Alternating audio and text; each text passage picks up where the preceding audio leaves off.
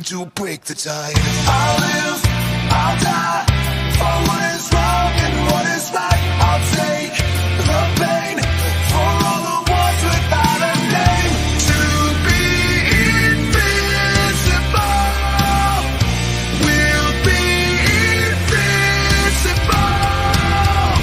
To be invincible, we'll be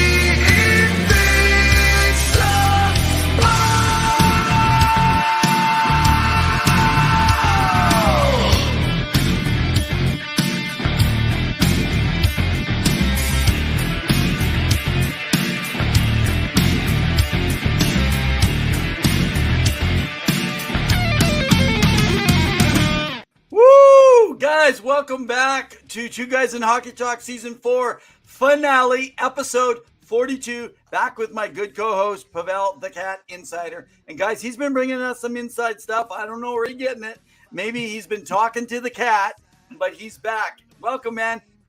Thank you. Thank you for having me. Welcome, everyone. Thank you for joining us for the final episode of Season 4 of Two Guys in Hockey Talk. It's been a heck of a year. We've had a lot of highs and lows, a lot of great storylines, which I don't want to get into. Today is Free Agents Frenzy. It's been wild to get into it. But first off, happy Canada Day. We love it. And we are here every Wednesday at 7 p.m. Mountain Standard Time. Today's a special episode, so we're just doing this for you guys as an extra. But every Wednesday, check us out. But this is our finale, so that would start, yes, I believe, September 6th, Pavel. We come back with Season 5. Yes, and we've got quite a few guests lined up, so it's going to be exciting. We love our partners with Sports Empire. They are phenomenal. Key, Freddie, the whole team there, Kyle, we love them all. They're doing Gene, they're doing amazing work there. All your content for NBA, WWE, MLB, NFL, whatever you got, they've got you covered. But we are their sports hockey content, so we love it. Now, Evan, I like that song in the intro. Why don't you talk about that a bit? You betcha, guys. That intro song is called Invincible.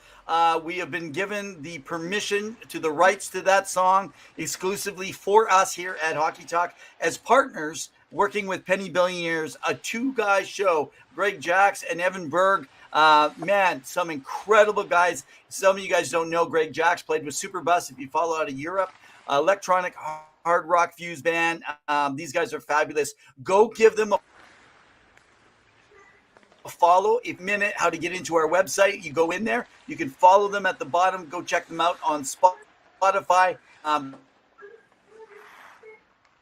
Go on to the beautiful guys, as well as we want to give our last big hats off shout out here to JR Web Designs, our good buddy Jeff.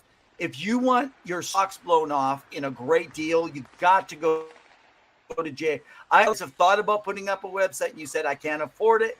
And you're saying, well, I how good a job is it if he charges a great price?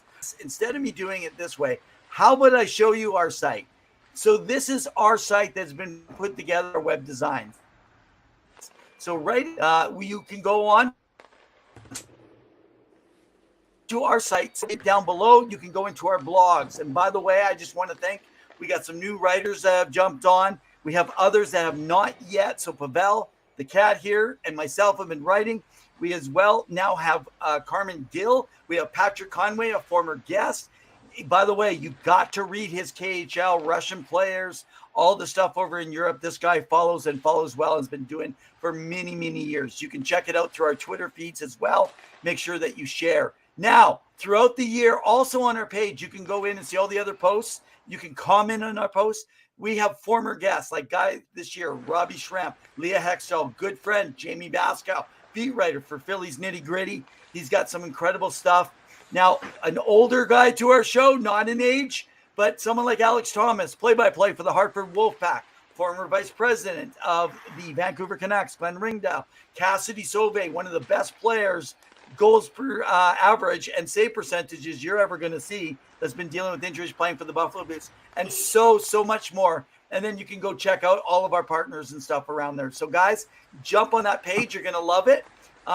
Great stuff. So, hey, we're not here for an hour show. We're not here for a long time, but we are here for a good time. So I'm ready. You got a drink? You got something? do. Let's do it. This is our last show, man. I do. Woo! I have a wheat ale hibiscus. Cheers. Woo! Okay. I got an Alexander's Keith. I think that we are going to call these companies up and see if they want to sponsor, because we can always show their stuff for a drink every game. What do you think? Oh, we would love that. I've tried reaching out to a few, so hopefully something can happen. But you betcha. All right. Hey, quick hats off here. Kyle, man, what's up? What's up? Good to see you, man.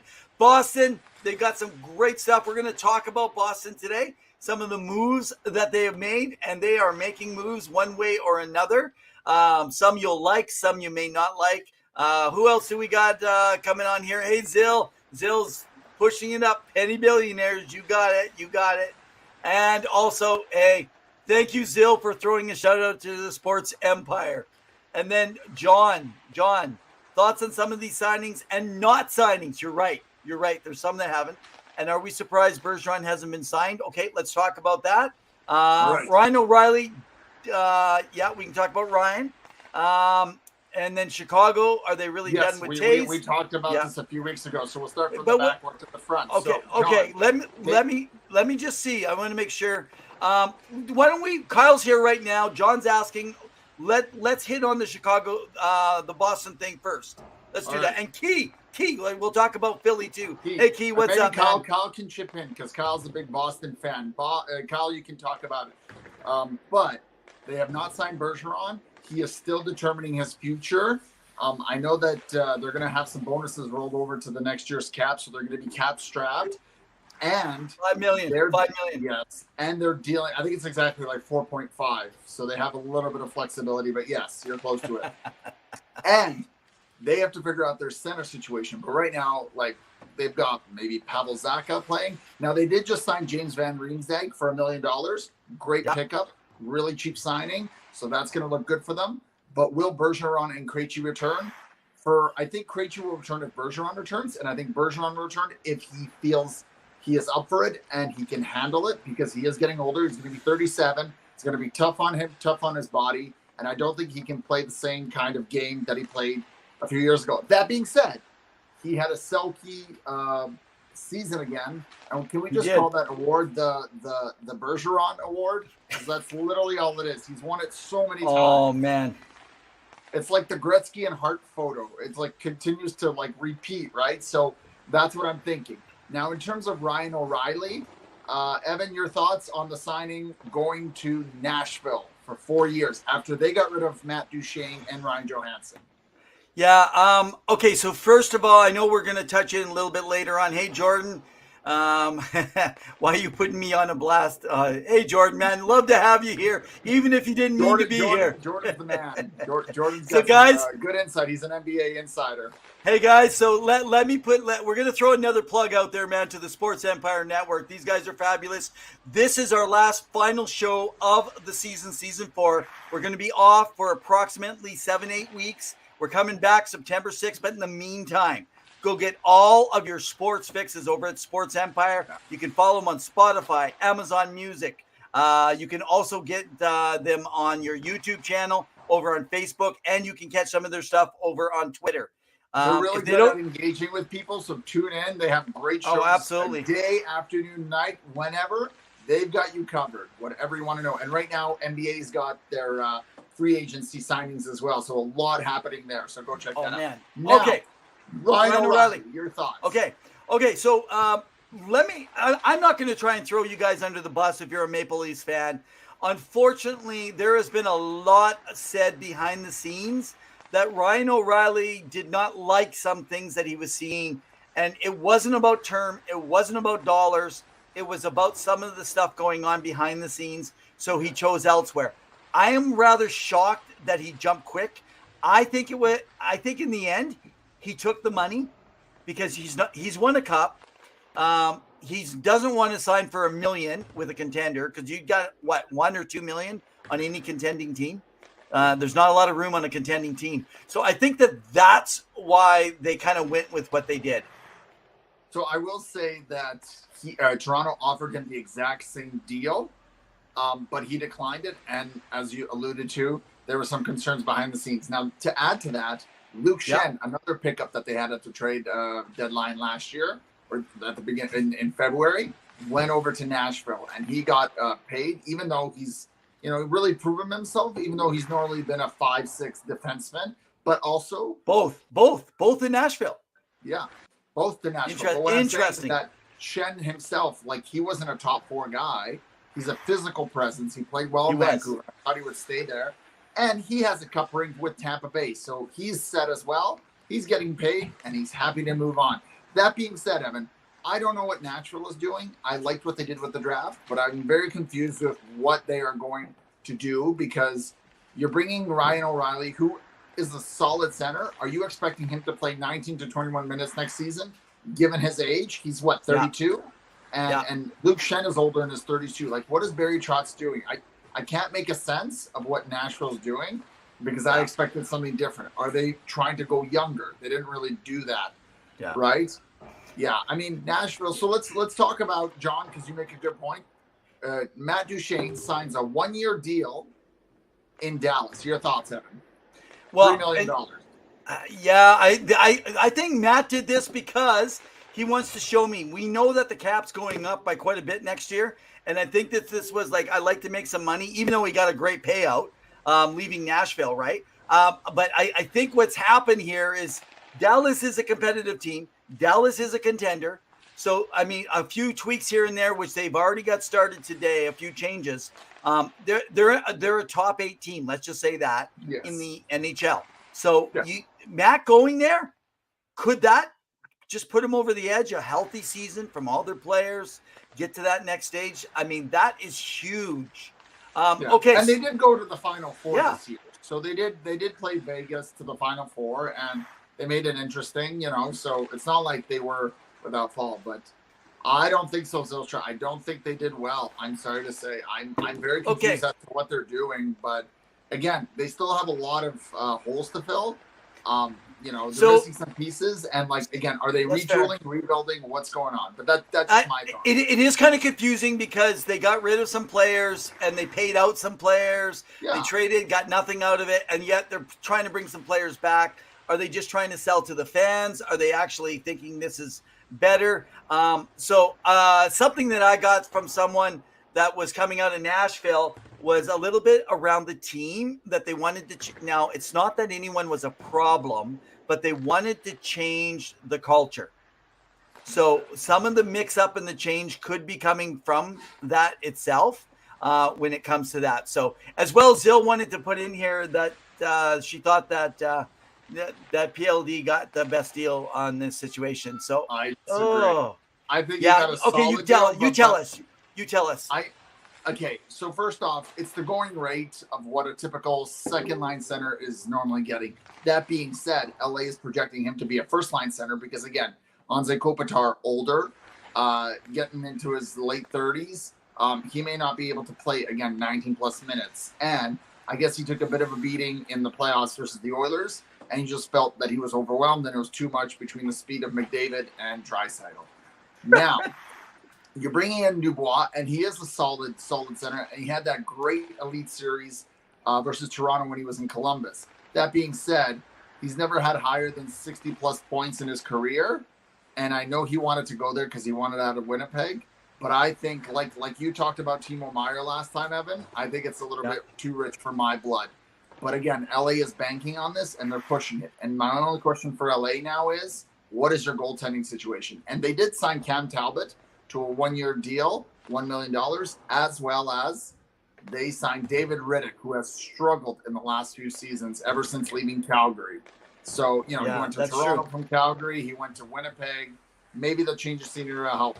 But I struggle to believe that the goaltending in LA is strong enough to help them go on a deep run, but that's just me. But Pierre-Luc Dubois, I think they gave up too much. They gave up 4 pieces to Winnipeg, and I think Winnipeg stole that. You gave up Gabe Velarde, Alex Iafallo, a 2024 second-round pick, and Rasmus, what's his last name? But anyways, you guys can let me know. But yeah, and he's a prospect. So your thoughts? Okay. Well, why don't we do this right now? While we're in mid speech here, why don't I go ahead and I'm going to pull it up. Oh, that's not going to work. Okay, so I'm just going on to kind of see where we are when it comes to the Kings. Okay, so they got Anze Kopitar, Pierre-Luc Dubois. Now remembering, so here's the thing: he's got $8.5 million. Okay. Kevin Fiala, so that's 3 good players. They got Philip Daniel. They have Adrian Kempe. Yeah, Adrian. Well, actually, I mean, yeah, exactly. He can play shutdown second line, or he can play a solid third line.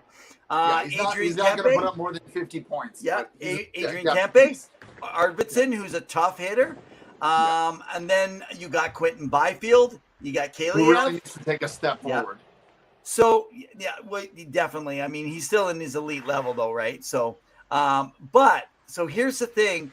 You got 7 guys, but what I feel has happened is they've hurt themselves on their depth. So now on the back end, you got Gavrikov, which I think they're banking to have a good year, which I'm a little concerned. He doesn't play zone defense like their team played.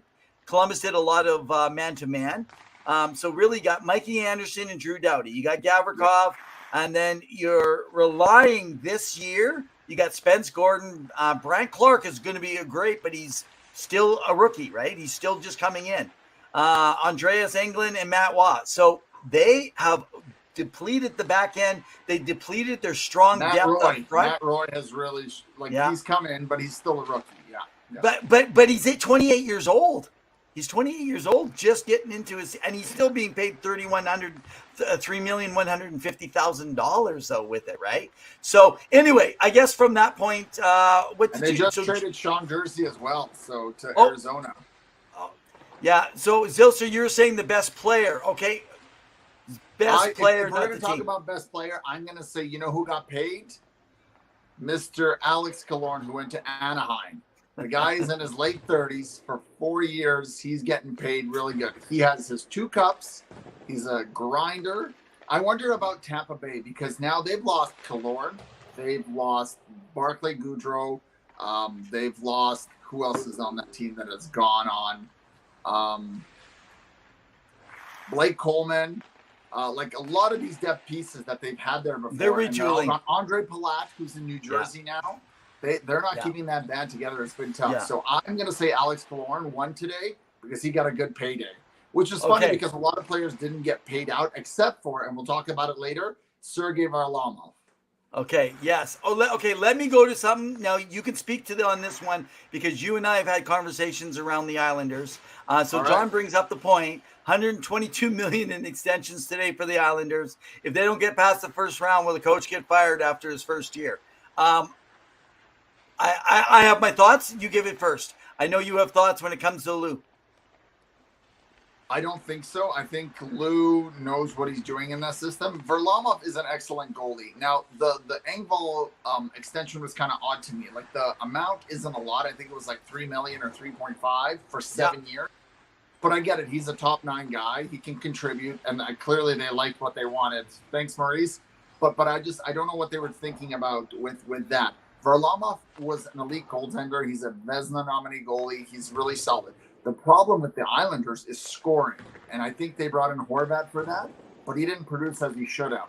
And I think that's the question. And will they now go after Tarasenko? Because that's what they needed. That being said, Lane Lambert, I think, is safe for at least one more season to see what happens. Because they didn't make the playoffs. And they did face off against the Canes. And as much as people thought that was going to be a snooze fest, that was a grind of a win of a series, I would say. But that's just me. But I don't know your thoughts, Evan.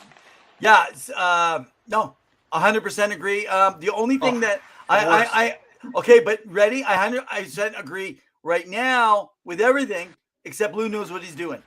I don't think Lou knows what he's doing. I think Lou is at the end of his rope, and I think that Lou's job is on the line at the end of this year. If they do not make the playoffs, Lou will be gone. So let's talk about that a bit. Let's talk about that a bit. So we got in the Metro. We got quite a few teams that made some progress and some that don't. Right now, potentially, and I know there's still moving parts. You've got the Canes, You've got the New Jersey Devils. You've got the Rangers. You've got Pittsburgh. Potentially all 4 of these could potentially make the playoffs, right? If we're going 5, you've got the Islanders. And you've also got potentially Washington. If or not, they make a big push. We'll see what happens with Washington. I know Jordan was asking about that earlier. Okay, yeah, Which we'll one go of to these Washington teams- too. Yeah. But that's what I'm saying. But like, which one of these teams are you knocking out of the Metro to not make what's it called, the final? Like, you got to really ask. I know that, and you really do have to do reverse engineering, saying who's going out so someone can come in, right? Yeah. And you got to kind of figure who's going backwards. I will state who I think is going backwards in a moment. I just want to get to a couple folks. Interesting. So Zill does say Lou is done after this year, and she had wrote that before I even made a mention. It's a couple minutes ago around the same time. Now I see Steven, you wrote in here. Where do you guys see where Wheeler's going? He's gone. He's with the Rangers. He's For a with very cheap price. Oh so my goodness. okay. So Deal which of the team? day. Which team won today in signing a top end player? It was the New York Rangers. Yeah. Wow. Yeah, he ended up in the New York Rangers for $800,000. $800,000 for a former captain. Even if he's playing in your third line, that's excellent. You know, Yeah, like that's exactly. brilliant. So again, you have your top guys. Again, the question I have for what's it called? The question I have for the Rangers is your forward depth and defense enough as a team cohesive with your star players like Artemi Panarin good enough and Zibanejad to push through? That's the big question, because they struggled against the Devils, and the Devils were fast. And you would think the Rangers are a fast team. The Devils are way faster. So. Wow. Yeah, no, absolutely. The other question John put up is I don't see the Penguins getting in again for the second year. That's a okay, bold prediction. so I'd like to just mention on that, John. You got to remember, they barely missed out. Was it like 2 points? They went right down to the last game. Chicago. Yeah. They lost that game to Chicago. So what you have to understand about the Penguins is you got Letang, you got Crosby, who has health issues. Oh man, and then on top of that, you have what do you mean Crosby's got health issues? What are you talking about? No, Letang with the heart attack that he had last year. Oh, sorry. I didn't know what you meant by that. But I don't know how well he's going to be able to go on. I'm not saying he's had it twice now in his career. Yeah, I know what you're saying. I mean, I've been told that he's fine again, and it's one of those things they just don't know. But if it happens again, that might be the end of his career. Yeah, I don't know. When you have those problems, though, I'm always worried. But hey, when I played hockey, I remember a guy on one of the other teams. It was in a rec league, a beer league. Actually, I was playing for 3 teams one year, 2 in the rec leagues and 1 in the beer league. And in the beer league, we played against the Docs. And one of the doctors played on our team. We were down a guy. He played so many minutes that game because we only had 5 players on the ice the whole entire game. He had a heart attack at the end of the game on their bench. And it's a good thing there was a whole bunch of doctors that were there that were ER docs. But he was back playing it 4 weeks later. And I'm like, oh my goodness. Exactly. So could be scary. Okay. Go ahead. I'll let you. I wanted to finish in on the Penguins there. So first of all, I want to say, if not, I think Mishkov going to the Flyers was the steal of the day for what they got. And all this stuff going around about Mishkov not coming over, that's it, he's washed up. I want you guys to recognize he was better at his age than Ovechkin was. Like literally in a tougher league today. And so please don't read into anything because of the war and because of some of that kind of stuff, guys. Seriously, that guy is incredible. Now, however, and there's a lot that's happened since his father was murdered in Russia. And there's a lot of conspiracies built around what happened or not. And there is potential. They could buy out his KHL contract early. I just don't see why they're buying it early because they want to rebuild with what they're doing. It makes more sense. Give him a couple of years. I could see them buying out his 3rd year, though, if they feel that he's kind of ready to jump in. We'll have to connect with Patrick and get him to give us some insight into knowledge. So second, Brandon Yeager. Brendan Yeager was the second steal of the draft, going to the Penguins. They stole him, getting him that late in the draft. He should have been up there. And then Zach Benson going to Buffalo, another steal, gets to play with his line mate in Savoy in Buffalo. I mean, wow, that was crazy. Okay, so anyway, I think Pittsburgh's going to do fine. Zucker leaving is not a bad thing. One more year of Carter. I could go on about the Penguins. By the way, I want to mention next season. So we are lined up with guests right up until the middle of November.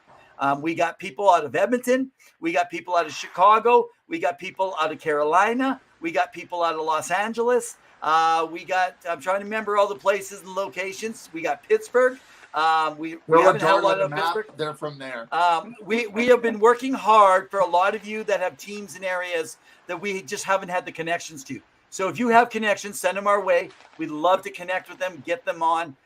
And when we're asked, how do you know stuff? So let me just say this. Pavel and I, if you follow us on Twitter or if you're catching our stuff on Facebook, we're not just saying, oh, this is made up. Read the tweets properly, because when you read properly, it'll say a question mark, or it will say speculation, or it'll say rumor, or we'll retweet someone else's. But what you're not going to find is us making up a story, just guessing. A lot of times when you work in the circles, you start to hear more stuff. And be careful on some of the people you guys are calling out, thinking they know nothing.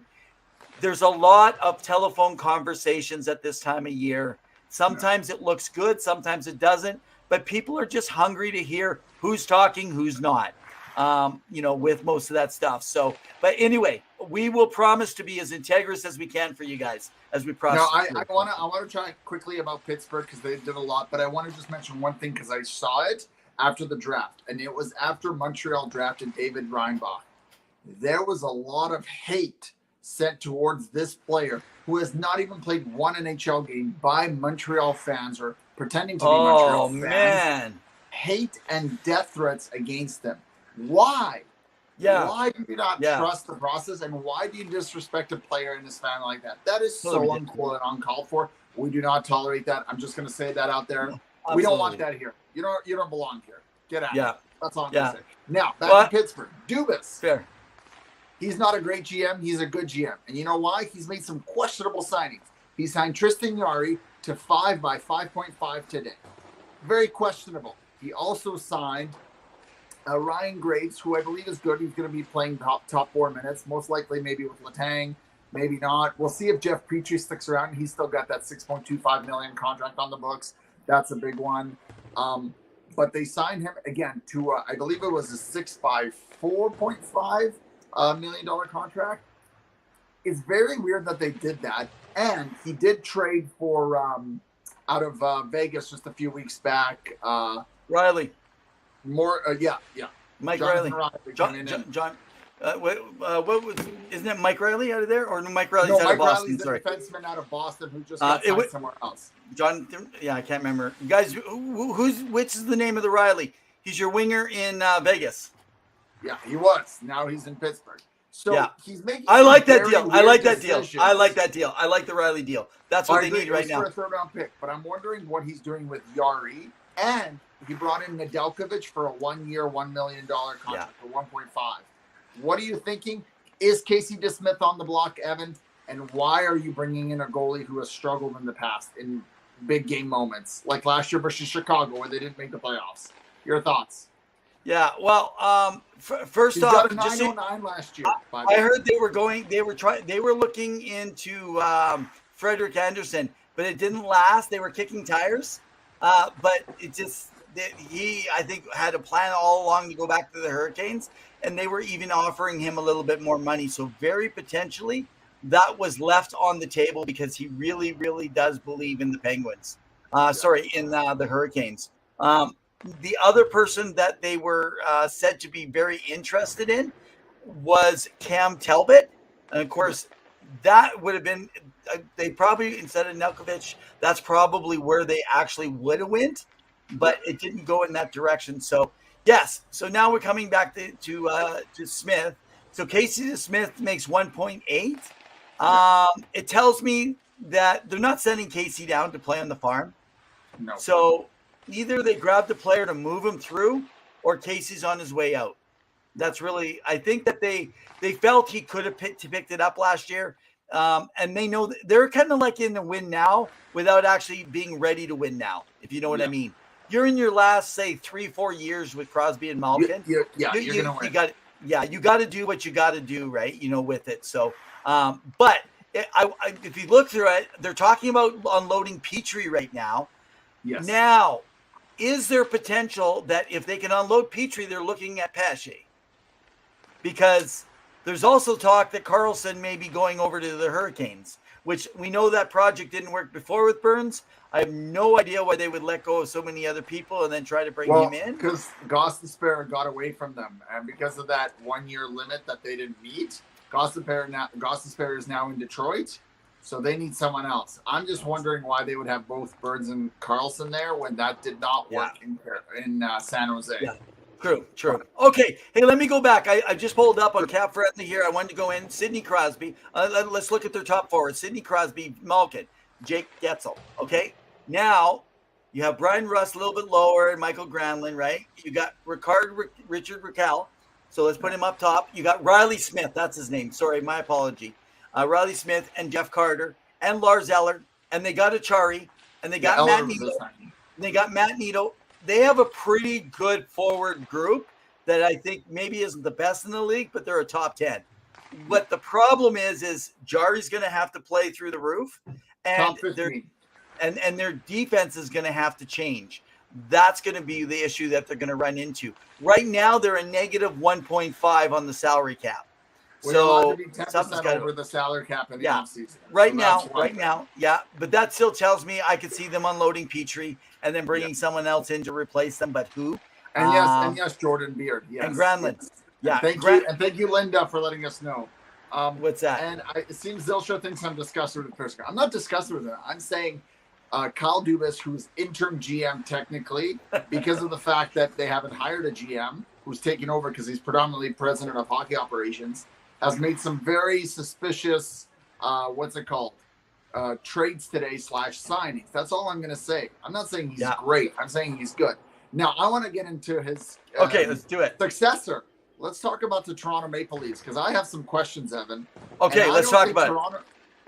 What's that? No, let's do it. No, I just said let's do it. Let's do it. What is Toronto doing, and are they a better team now that they've signed John Klingberg to a 1-year contract after letting Alex Kerfoot go, Luke Shen, Ryan O'Reilly, as you mentioned earlier, these guys, Noel Acciari, who now just signed with Pittsburgh. He's a good depth forward 9, top 9 guy, brought in again by Kyle Dubas. Yeah. He's a Kyle Dubas guy, amongst a few other players. And they signed Ryan Reeves, his dad, who we interviewed on the show, Willard Reeves, great guy. You guys can go back to season 2 and watch it. But tell me, what is it that Toronto's doing, and why are you bringing in Klingberg for $4 million when you already have a power play specialist? It's like the Swedish Tyson Berry. Like, that's all I'm seeing here. Yeah, sorry, I'm just laughing. Jordan mentioned at the end of the day today is Matthews better than Draisaitl. Okay, we'll get to that maybe at the end of the show here. We'll hit on that one. That's funny. Okay, so man, these guys are hard to figure out. Right now, they're $500,000 under the cap. That's it. They're $500,000 under the cap. William Nylander is gone.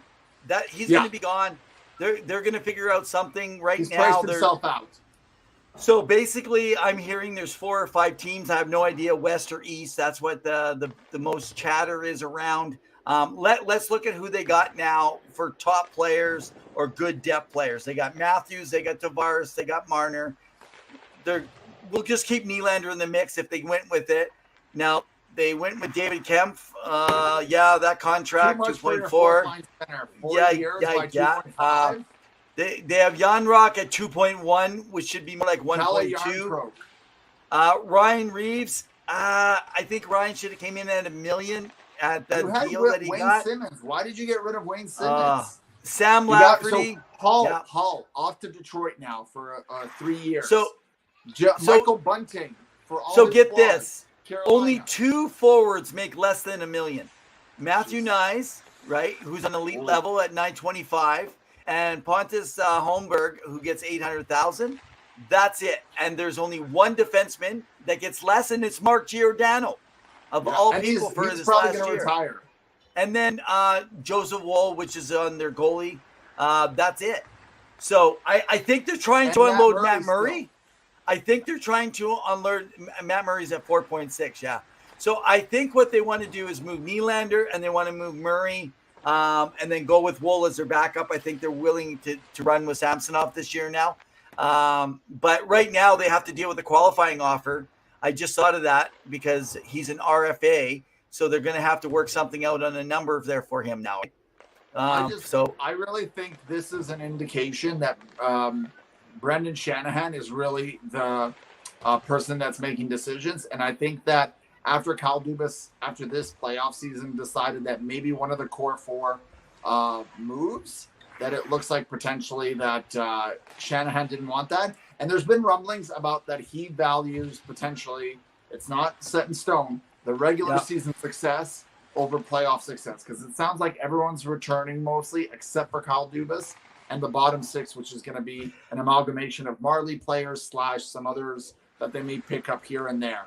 But I don't know what they're doing. They have Jared McCabe signed for I think 1 more year. Morgan Riley at 7.5. Like they are tight to the cap, and I don't know if Toronto may take a step back next season. Okay, interesting enough, just as I got something on my phone here, I see John made a comment. Did Calgary do anything? Calgary is the biggest loser. They didn't do anything. Hang on here. So I have something going. There is something in the works. It looks like it might be a third team. Something in the works for Calgary on a trade on the Noah Hannafin piece. So we'll see how that shakes out. That's been a real hassle because what they're worried about is he going to stay wherever he gets traded, and that team was not going to pay as much. They want maximum pay. Will he do a sign and trade? And I think he's very limited where he's going to want to actually be. So that's on that part. So Steven wrote he wouldn't mind Nylander or Matthews to Detroit. Nylander, so I thought originally, let's look at this. I think I can pull this up here. Let me just do my newest update here, guys. And I'm going to pull it up here. Let's go in onto our site. I know some of you guys aren't going to be able to actually see on here. So the one place that you have to keep an let's eye look on at Detroit. Okay, so let's just look at Detroit, though. Gostisbehere they picked up today. You can talk about that while I'm going through. They picked up their he's center. a power play specialist, and I know that Carolina tried to push to get him, but because of that 12-month contract, and they came in the CBA that they could not pick him up. So he's going he's going to boost up.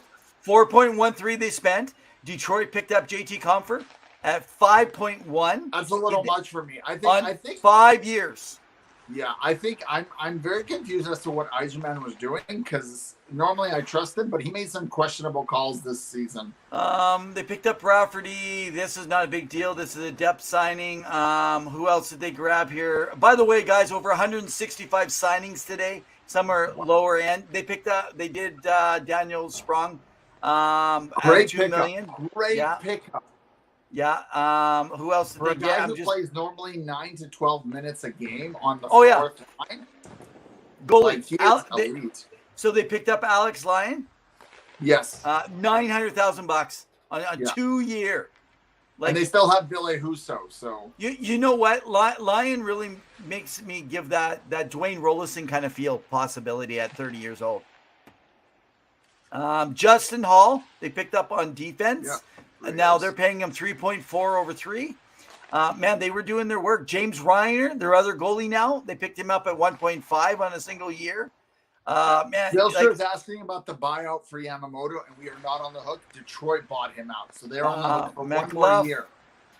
Klim Kostin. Okay, we'll come to the Yamamoto. $2 million for over 2 years on Klim. Kostin was a good feel, and they've liked him for a long time. So let's come to that because, as you just mentioned, we'll come off of here now at this point. But you made a really good point when you said about they're not on the hook. A lot of people were actually getting confused, thinking future considerations. What's that mean? So I don't like this future considerations crap that no one really knows. It's really just saying it's a side deal. There was future considerations years ago when they did the trade. with Andrew Athunisia and Mike Green. There were some future Good to see you. considerations, and Athu. Okay, whatever. Do you want me to correct you every single time? We are going Please through a do. million players. You do Okay. correct me every single time. No, I Go don't. ahead. Actually, I've been leaving you Oh, alone correct because you me get all so the many time. wrong. Oh, hey, hold on. This You and get so that. many wrong, man. You get so many wrong. I just leave it Please. after a while. Okay. So, especially the Russians, you really struggle with Russians for some reason. Oh yeah, for some reason. The guy who's the neighbor, struggles. The guy So- who speaks a Slavic language struggles with Russian names. Yeah, exactly. Go What's up, figure. man? My Belgium is better than your Russian. Okay, so Duh. okay, so just having said that. Coming back to that, it was a future considerations. This is like a friendly deal, but in the bottom end of it, they wanted to get early rights to Klim Kostin so they could have contact and talk with him. There was conversation coming out around $1.5 million or so to $2 million over in the KHL, but he knows he wants to play in the NHL. So this worked out great. Yzerman has liked him for a while. They're good friends, Holland and Yzerman. So you know what? It worked great. Edmonton needed some space. They helped Edmonton out. They're not competition right now per se. So why not make your deal and pick up the guy you wanted? And in the end, they got the guy they wanted. So let me come in on this on Yamamoto. So some people, people that I actually do trust, at least so far, have been pretty reliable out of the Edmonton area. So there were some calls from the Oilers over to Yamamoto's camp still.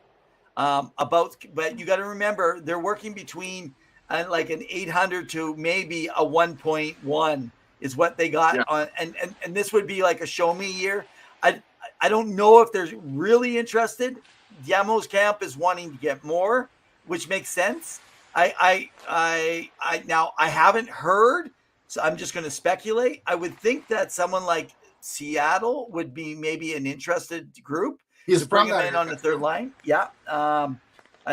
So you would kind of think that something within that line, but I'm not. Zill, I have no idea what you're saying. Can you read that? Oksniak Technoksniak. Isn't that your Belgian or what's going on? Or is that German? That sounds German. That sounds, yeah, I don't know. Zill, you tell us. I don't know. Okay, and Jordan, what you got? That's like being in a relationship and the other person says future consider. That's right. I'll take you for now. Okay, John, how would you grade the Blues in this draft? 9 picks. Solid. But again, I don't know what the Blues are. Are they retooling? Are they building around Rob Thomas and Jordan Kyrou? I know that there's some questions with goaltending and Jordan Binnington and what that looks like. I know there's been a lot of calls on Parayko, but of course St. Louis doesn't want to do that unless they're being offered like a sweet deal. I've always been a fan of, and I've talked about this on the show, and you can attest to this, Evan, Justin Falk. I think he's very criminally underrated. I think he's had a good, solid time ever since leaving Carolina. I really don't know what that team is. And then, of course, now the recent trade with Kevin Hayes, bringing him in as a second-line center, potentially maybe playing on the wing or moving Rob Thomas or Jordan Kyrou on the wing. I don't know what's going to happen there. It looks like they're kind of rebuilding, but they don't want to say that. And I think Doug Armstrong is very close to the chest when it comes to saying those words because – like they're going to wait for these guys. And they picked quite a few defensemen as well. But I wondered to myself what that team is going to look like.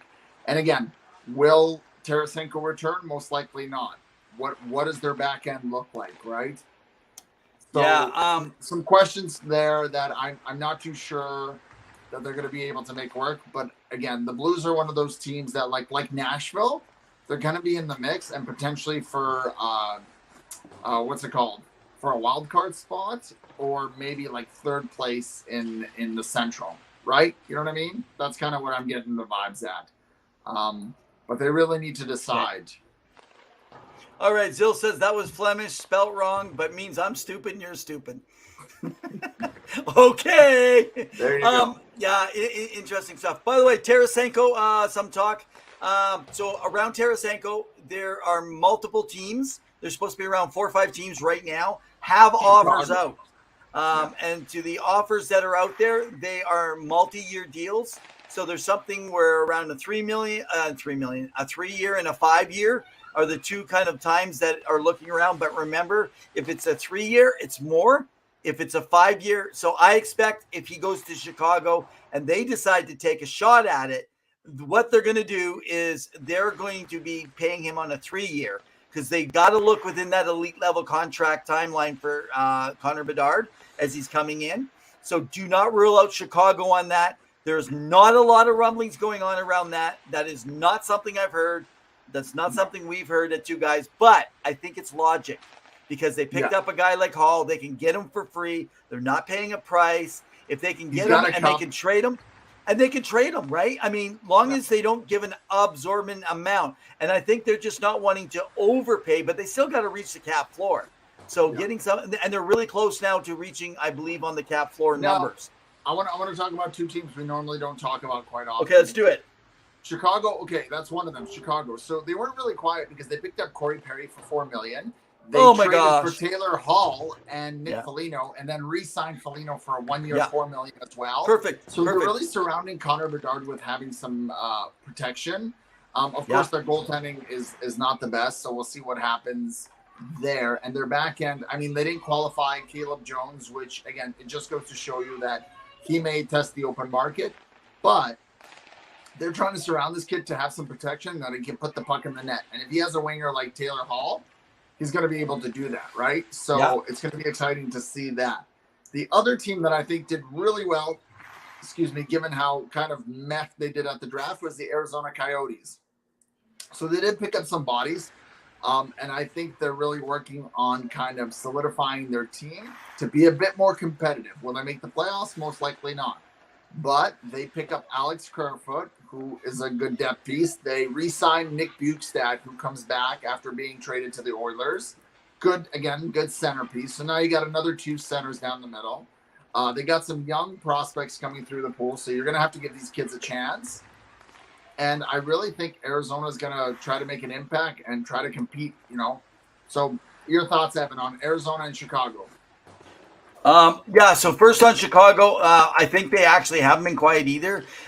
They're waiting to see what's left over. That was going to be like they did their work early. Keep an eye out for Max Domi. I did Max? No, Max hadn't signed. There is between them and he's going to either be there or Dallas. That's the no. I've actually heard if they can fit him in Washington. I know Zill was actually hoping for something like that. I saw her thing. I have heard that there is. I don't know how much though that they're willing to offer. That's always a big deal. I don't know if I was Max and I got an option to go to Washington and work with Ovechkin, I might take that, man. Imagine that opportunity to go over and be with that team and learn, with it. So Chicago, definitely. What was the other team? Sorry, because I got a tweet that I was looking at. Oh yeah, Arizona. They're ready to move because they have their window. That was the other one. Yeah, Jason. Again, they're overplaying players to have a competitive team this year. They don't want to be a laughingstock, and they want to build. They're hoping they get this land. Which guys, I was going to say, follow us this summer. We'll keep you updated in posts and articles on our Two Guys in Hockey Talk. This is our last show, our finale. We're not going to have much time even in this show here today. We actually planned for a 30 to 45 minute, and it looks like we're going the hour. But you can still follow us on Facebook. You won't catch our live podcast. We won't be back up to September 6th. But what you will be able to do is catch all of our articles on our website. And maybe once in a while, we'll throw something up there for a quick video feed or something like that. If we make a choice, we'll see how that goes. So read our articles and follow us on Facebook and also on Twitter. We'll stay active. We'll stay in the midst of everything, but there won't be a live show to be able to connect up to you guys. So Jamie Baska, our good buddy down in, by the way, if you go to our website, guys, you can find some of our former guests. Jamie Baska is reporting the Flyers have signed 6'3", 208-pound Garnet Hathaway to a 2-year, $4.75. He's going to make $2.375. Flyers, what are you doing? I just I don't know. They're rebuilding. Yeah, but oh man, they're kind of overpaying on it. Also, Troy Stetcher heading over to Arizona, so it'll be interesting to see. So they're getting a bit more grittier. I'm liking Lucic returning back for a low minimum to Boston. That should be fun. Should be exciting. I'm sure Kyle's going to be excited to see him. I mean, he's probably going to retire a Bruin. That makes sense. You know what? Now, fourth line, right? Fourth line left wing. There you go. Yeah, he's tough. He's there. And I'll give this to him. He's got slow legs, but he plays good defensively. And he normally, it just doesn't stay in his end. He knocks him down and takes it up. And it's out of there, right? Yeah, he's a grinder. He's a battler. I like it. Oh, hang on. We got to put this up. Go ahead. Jordan is giving his beard to Evan for future considerations. If only it would fit on his face. What are you saying? Are you saying that Jordan's face is too big? Jordan's face is beautiful. It's your face I have some questions about. Okay, well, there you go. Thanks for being so much. And again, yeah, guys, make sure you follow some of the other work that we're doing. Okay, from what I've heard, now, one someone else to kind of talk about. Well, there's quite a few, but I want to talk about the Vancouver Canucks because they picked up Ian Cole. Let's talk about the Canucks and then the Oilers to wrap it, okay? And well, I'm going to mention one team and then the Oilers, but okay. So they pick up Ian Cole on defense, and they pick up Teddy Bluger, I think, from the Pittsburgh Penguins. Great player, great depth player. It looks like they're kind of just pushing. Again, one of those middle of the pack teams. They're still not good enough. I think they're going to have to look for a little bit more and potentially look at Elias Pettersson potentially be named captain, as well as potentially signing an agreement soon. What's it called? For a longer term there, because I know he's going to want to get paid. So just a little bit of a scoop. Now, wow. I want to talk about one player, and then we'll get to the Oilers because I know people. Oh yeah, good point. John mentioned Canucks picked up Carson Soucy. Yeah, absolutely. And he was great for Seattle. Yeah, everybody's reminding you there also. Okay, yes, I see that. Now, the final one before we get to the Oilers is OEL, Oliver Ekman-Larsson, for a 1 year, $2.25 million to the Florida Panthers. Your thoughts? Quick thoughts, Evan. Yeah, no, great deal. This solidifies you get a good guy with he doesn't have to play up in the lineup. He can play in the bottom. Yeah, exactly. Well, he gets to be your bottom pairing on that left side, and if you have a guy go down, he can still fill in and play. Yeah. Long as he's not logging heavy minutes all year. If he's logging, anywhere between 11 to 15, 16 minutes, and then some games he gets his 15 to 20, that's okay. I think this is going to be good. I think he's going to be relaxed. I think OEL has always been a warm weather guy. He loved the relaxation. He's kind of a low-tempered type of person and likes that relaxed. So I think that this is going to be suited perfectly for him. Welcome back to the heat, but now you got the beach, buddy. Now, final thoughts on the Oilers and the worst kept secret in hockey with Connor Brown going to the Edmonton Oilers. So, I'm just going to say this because I'm not outing anybody. Something that was important. They are always worried about tampering in hockey. Zill just says she heard that OEL has a house there. Maybe, who knows? That might have been made easier. There was an issue with tampering because everything was coming out. How are they doing this early? How did they have Campbell early? How did they have Zach Hyman early? How did they have all that? And so other teams, of course, do the same thing. It's very constant. We're not going to get into, but when a team complains, the NHL has to do follow-up. So it sounds like, and I cannot confirm this, but I've heard from enough people that don't know each other telling the same thing and aren't in the same circles. And that are not on Twitter per se. Let's just say that. But that there was no tampering. This had more to do with players kind of building it up, putting it there, and asking for Edmonton to get the first shot. That's why people came in, but there was multiple offers. I had some of you guys saying, no, he's been injured. He's not. No, he had multiple offers. Then Frank came out with it. And I even started doubting. I really did. And then some other stuff started coming out, and this is what I was told.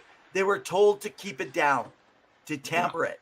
So it sounds like it was actually in place early, but they weren't going to announce it early because it looks like tampering right away. So the optics might have changed a little bit around that whole thing. But in the end, this was about relationship.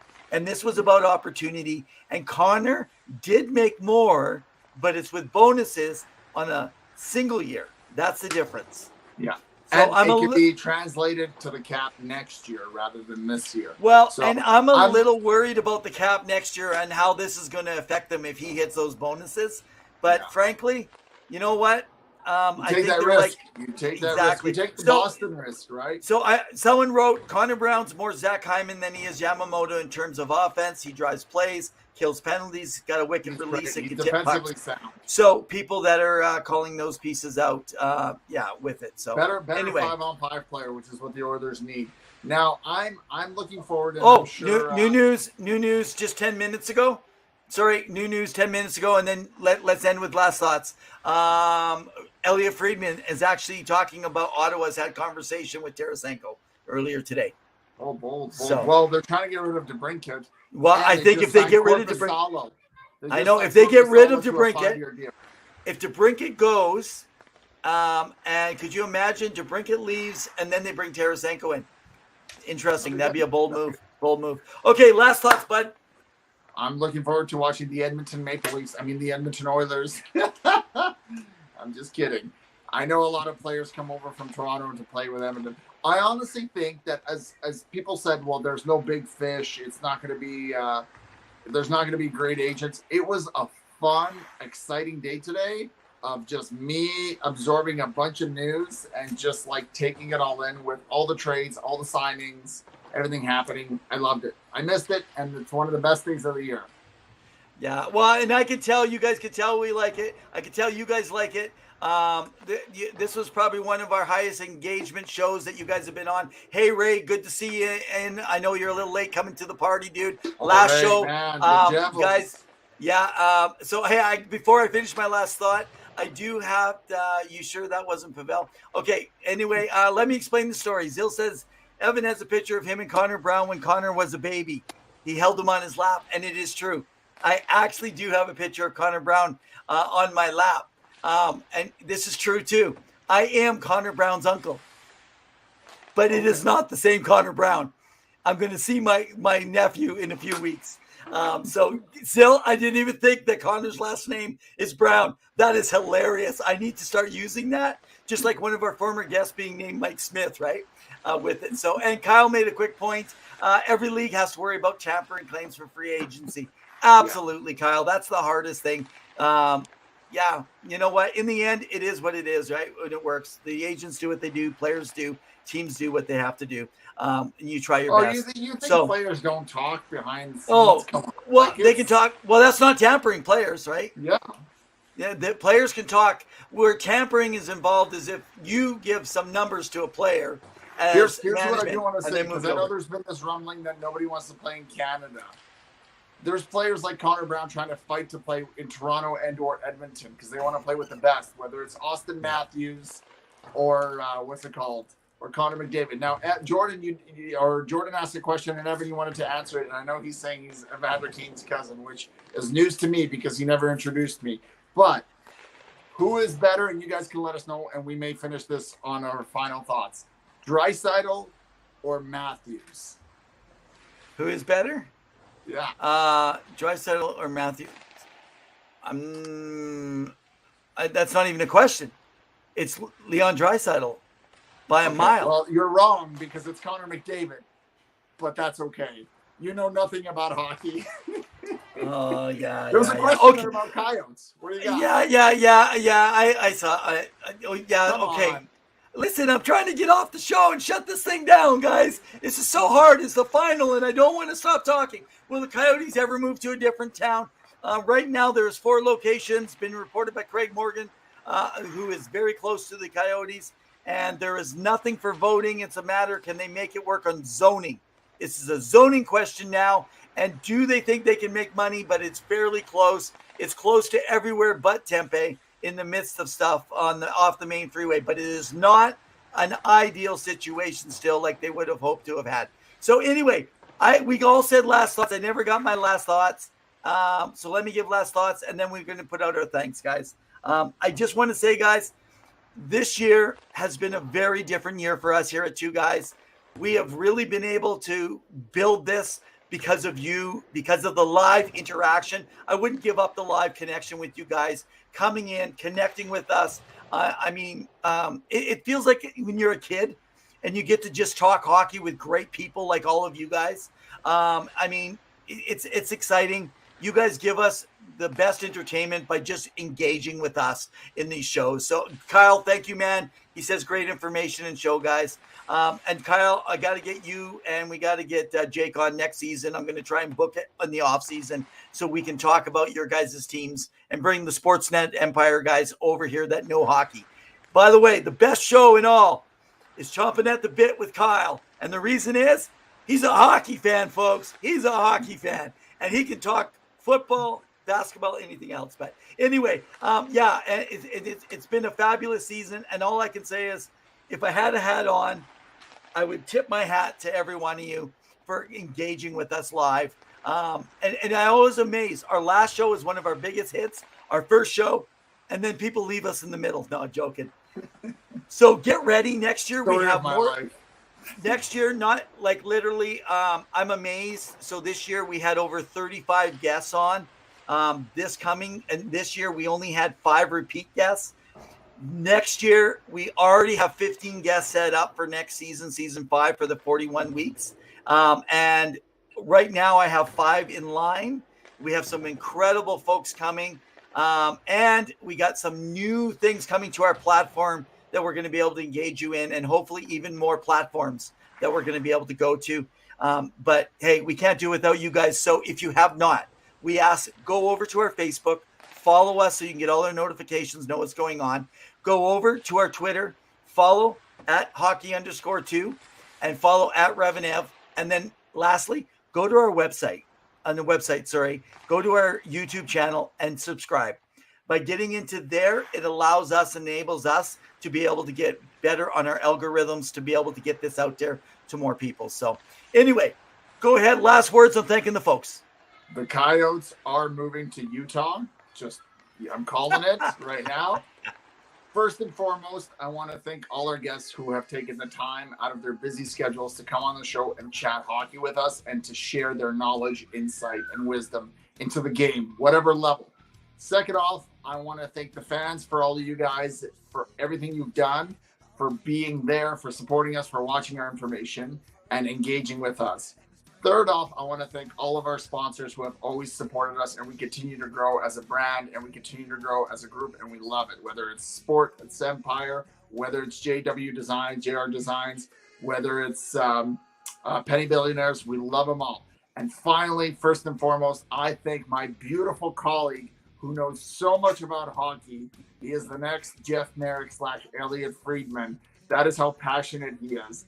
And I am lucky to have this show with him after 4 seasons and him putting up with my shenanigans, my terrible dad puns, and my lack of knowledge about draft picks and prospects. But you still put up with me. So thank you, Evan. You're a gem. And I thank you all for tuning in every Wednesday, except for today at 7 p.m. Mountain Standard Time. So thank you all. Evan, take us out. Well, man, hey, thanks so much. You've been wonderful. I got to say, I felt like this year you became an insider, even though you were once an outsider. And you are starting to get cat-like reflexes with drafts because I was shocked you knew anything past 5. Like, seriously. So, dude, you picked it up. You were there. It's been beautiful. It's good I got to 6. So next year I'm setting for 7. All right, guys. Again, it's been another ring a ding dong dandy in the famous words of Ed Whalen. In the meantime and in between time, and in the words of Red Green, keep your sticks on the ice and your head up. Stay safe. Cheers, guys. We love you guys.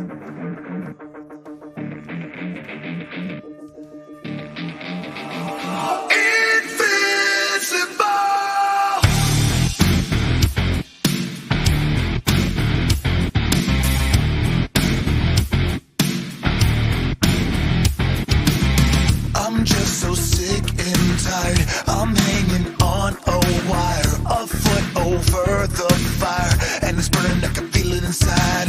Done with the same cliche, done with the day after day. There's got to be a way. Now is the time to break the tie. I'll live